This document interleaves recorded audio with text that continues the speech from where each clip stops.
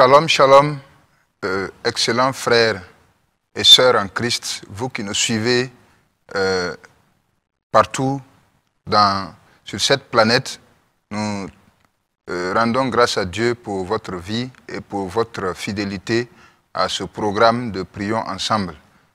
Aujourd'hui, nous sommes encore ensemble pour rendre grâce à Dieu pour la vie, pour le mouvement et pour l'être, et pour la faveur qui nous donne de toujours nous retrouver ensemble, corps de Christ, pour élever divers sujets devant le trône de la grâce.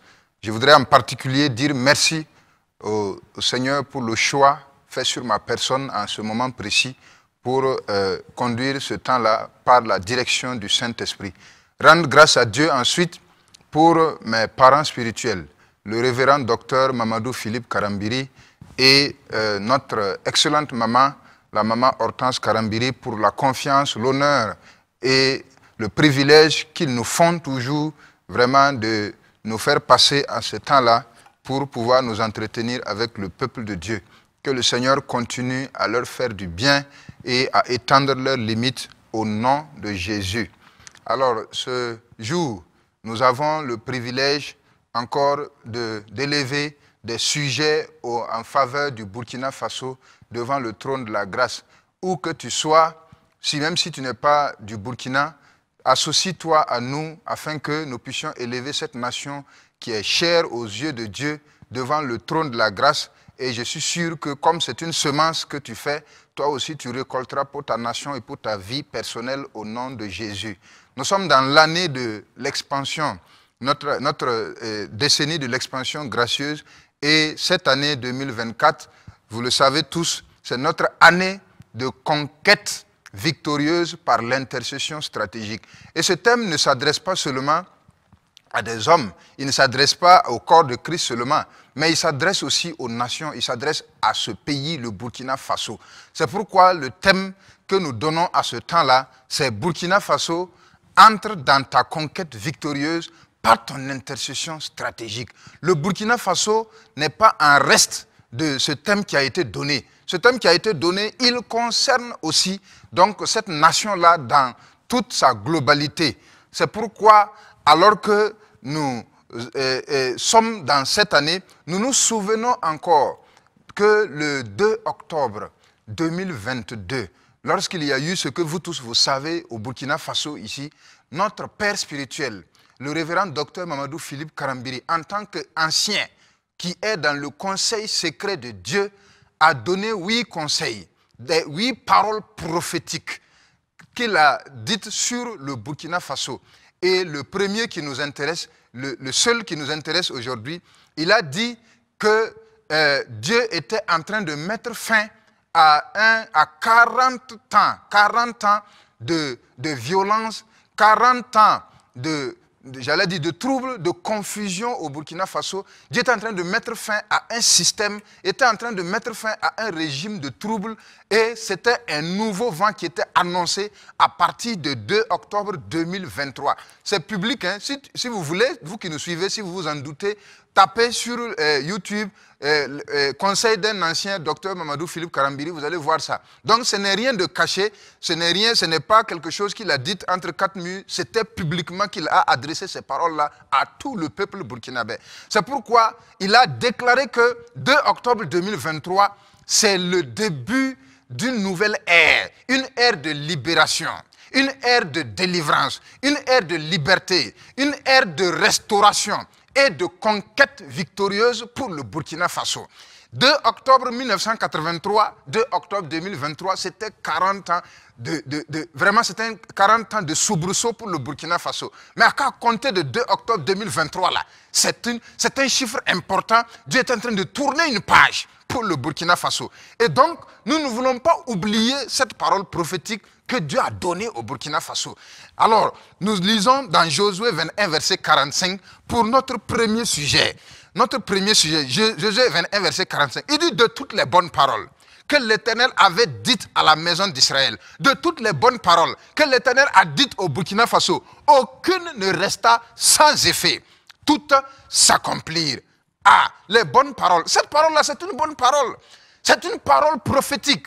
Une parole de restauration, de liberté que chacun de nous devait saisir et dire « Ah, Dieu se souvient de notre pays, le Burkina Faso, et il a décidé de fermer la page de la tristesse pour ouvrir une page de joie et de paix et de repos et de restauration. » C'est pourquoi ce matin, nous voulons élever la voix et dire merci à Dieu pour cette parole. Il dit de toutes les bonnes paroles que Dieu a données au Burkina Faso, aucune ne va rester sans effet. Elle va s'accomplir. Cette parole en particulier, nous voulons la voir s'accomplir. Et nous allons ensemble donc élever nos voix et rendre grâce au Père. Parce que celui qui a parlé par notre Père spirituel, ce n'est pas un Dieu qui ment. Il dit qu'il n'est pas un homme pour mentir, ni le fils d'un homme pour se repentir. Alors élevons la voix et rendons grâce. Parce que cette parole ne va pas tomber à terre, mais elle va s'accomplir avec fidélité.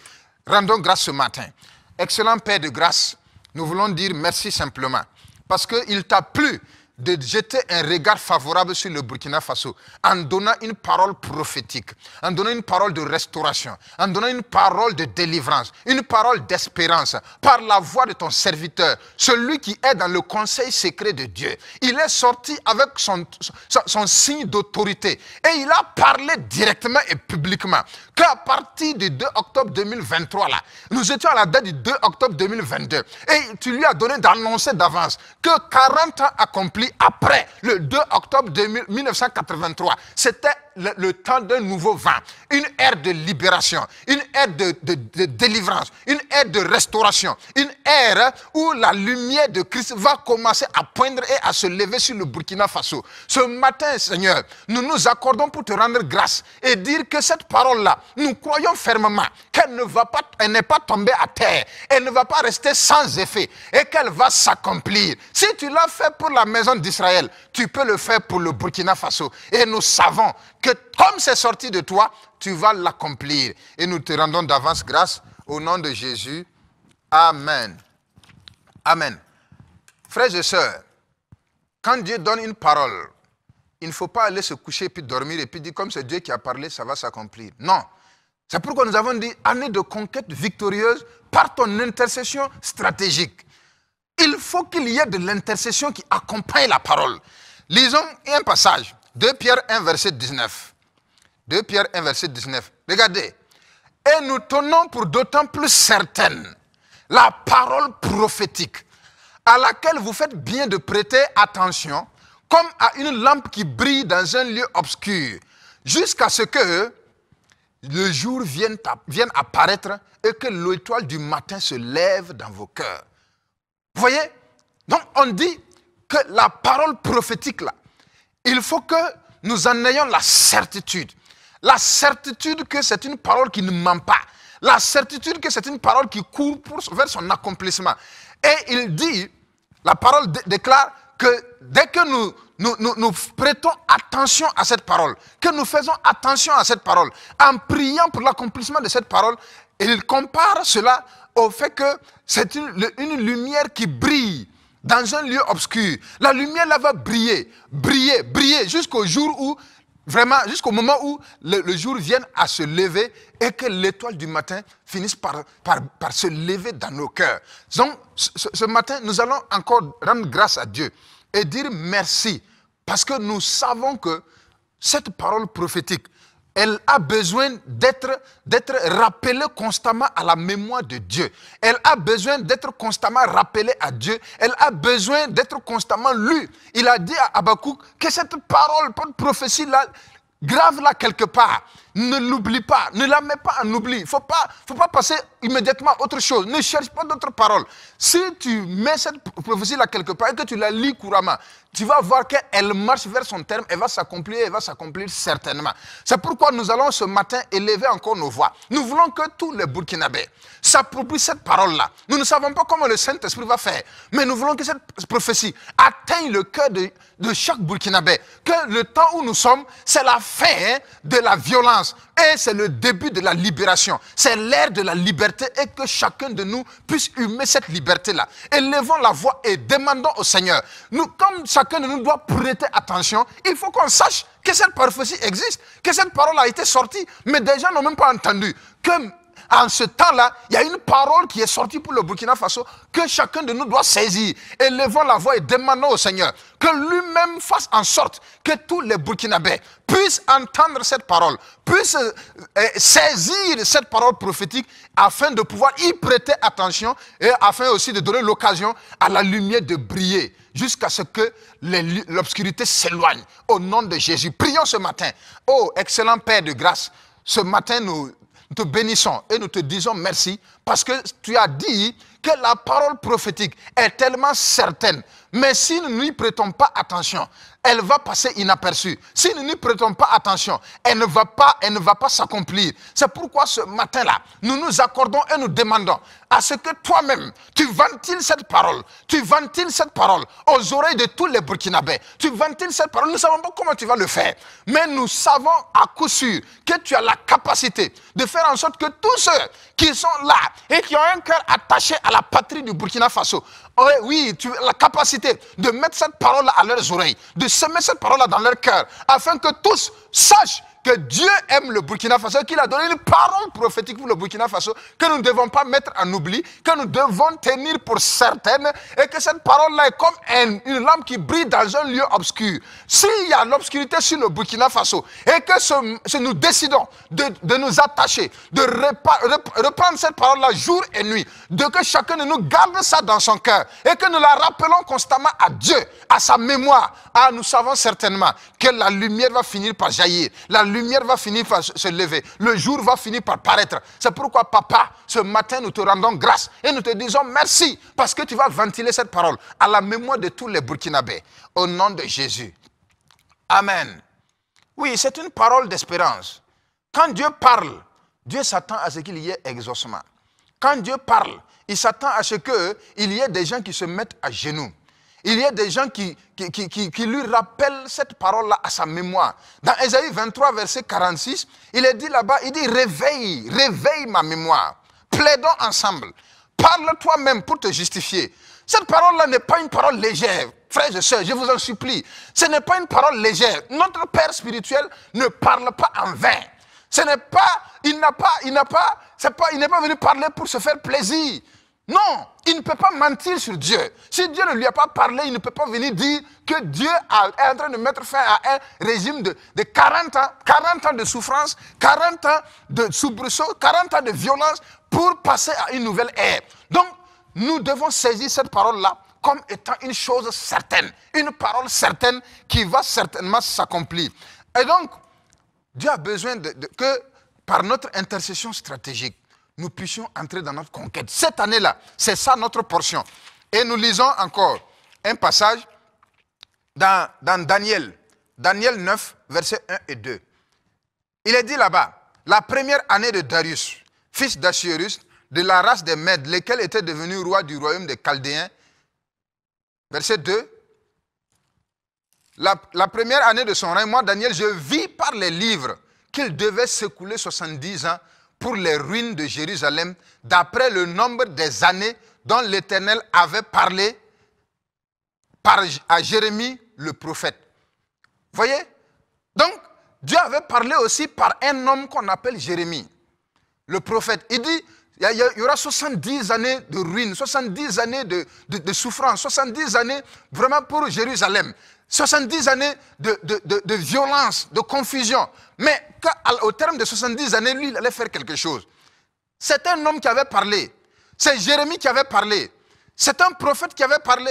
Ce n'est pas sorti de la bouche de Dieu comme ça. Non. Mais c'est un homme. Notre Père spirituel, c'est un homme. Jérémie est un homme de la même nature que notre Père spirituel. Mais c'était écrit quelque part. Et Daniel a décidé de faire attention à ça.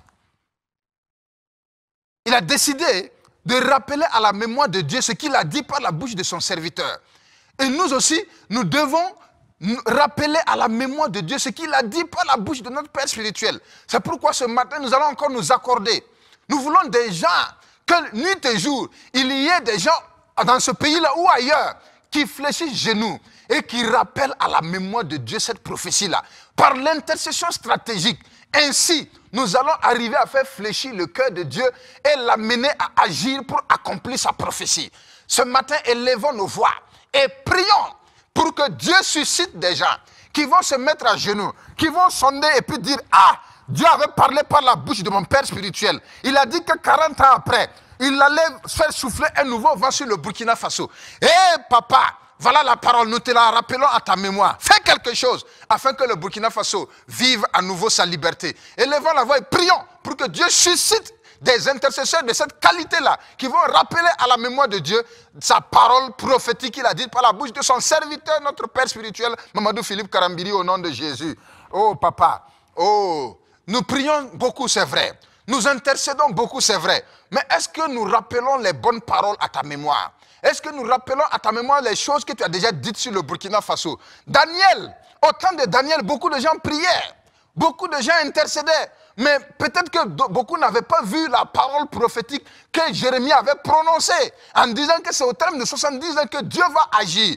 Oh papa, ce matin, nous voulons que toi-même, tu suscites des intercesseurs fidèles qui vont rappeler à ta mémoire cette prophétie en martelant que tu as toi-même dit qu'au bout de 40 ans, tu vas agir, tu vas faire souffler un nouveau vent, tu vas faire lever ta lumière, tu vas faire poindre ton laurent sur le Burkina Faso. Seigneur Saint-Esprit, fais grâce que dans nos intercessions, nous soyons des Daniel qui rappellent à la mémoire de Dieu ce qu'il a déjà dit, ce qu'il a promis, ce qu'il a résolu de faire. C'est ce que nous demandons, Seigneur. Plus d'intercessions comme ça, sans parole précise, sans rappeler à la mémoire ce qu'il a déjà de Dieu, ce qu'il a déjà déclaré et résolu de faire. Seigneur Saint-Esprit, l'intercession stratégique cette année doit s'appuyer sur ce que Dieu a dit. L'intercession stratégique cette année doit s'appuyer sur la parole prophétique que Dieu a déjà déclarée, les bonnes paroles que Dieu a déjà dites sur le Burkina Faso. Oh, c'est pourquoi suscite des intercesseurs comme des Daniel qui savent sonder, qui savent saisir le cœur de Dieu en agissant et en intercédant de façon favorable pour le Burkina Faso dans le nom de Jésus. Alléluia. Oui, nous avons vu que quand Daniel a pris à cœur cette prophétie-là de Jérémie, dans un premier temps, il a sondé par les Écritures et il a vu. Et au fur et à mesure qu'il a continué à intercéder, il est arrivé à un niveau où Dieu disait, ah, malgré que moi j'ai prévu ça là, l'ennemi a préparé une grande calamité. Et il est venu encore à Daniel. Il a ouvert ses yeux. Il lui a donné une vision. Il a annoncé une calamité dans la vision. Et Daniel s'est à nouveau mis à intercéder. Voyez, quand tu décides de mettre ton cœur, vous décidez de mettre vos cœurs, nous décidons de mettre nos cœurs dans l'intercession en rappelant à Dieu ce qu'il a déjà dit, lui-même, il se donne le plaisir de venir et d'ouvrir les yeux de l'intercesseur que nous sommes. Comment pouvons-nous intercéder stratégiquement si nous ne voyons pas les plans et les intrigues de Satan contre le Burkina Faso? Ça ne va pas.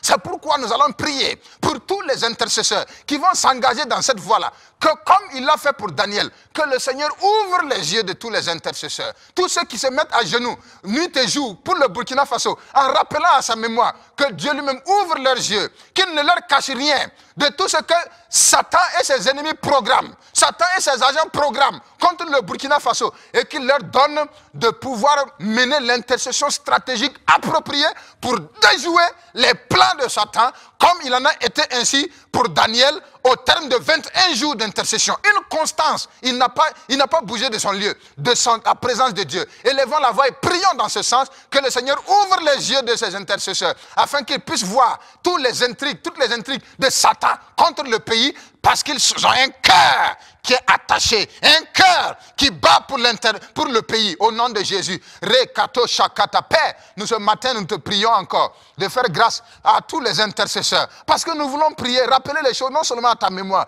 mais tu veux aussi agir. Mais Satan aussi est là, et il prépare des calamités, il prépare des complots, il prépare des intrigues, il prépare des projets, des desseins funestes. C'est pourquoi un intercesseur ne doit pas avoir les yeux fermés. Quand Daniel a décidé de sonder les Écritures et qu'il a commencé à prier, tu es passé à une étape supérieure avec lui, en lui ouvrant les yeux et qu'il voit la calamité qui était annoncée. Seigneur, ce matin, nous te demandons que tous les intercesseurs qui sont engagés, des intercesseurs qui agissent à la manière de Daniel, Seigneur, que leurs yeux s'ouvrent, que ce soit des gens qui voient, lorsqu'ils vont se prosterner dans ta présence, que leurs yeux s'ouvrent, afin qu'ils puissent voir dans l'invisible toutes les intrigues de Satan, les projets et les plans, afin de pouvoir mener l'intercession stratégique appropriée. Oui, Seigneur, quand Daniel a vu ça, il est rentré dans un temps de jeûne.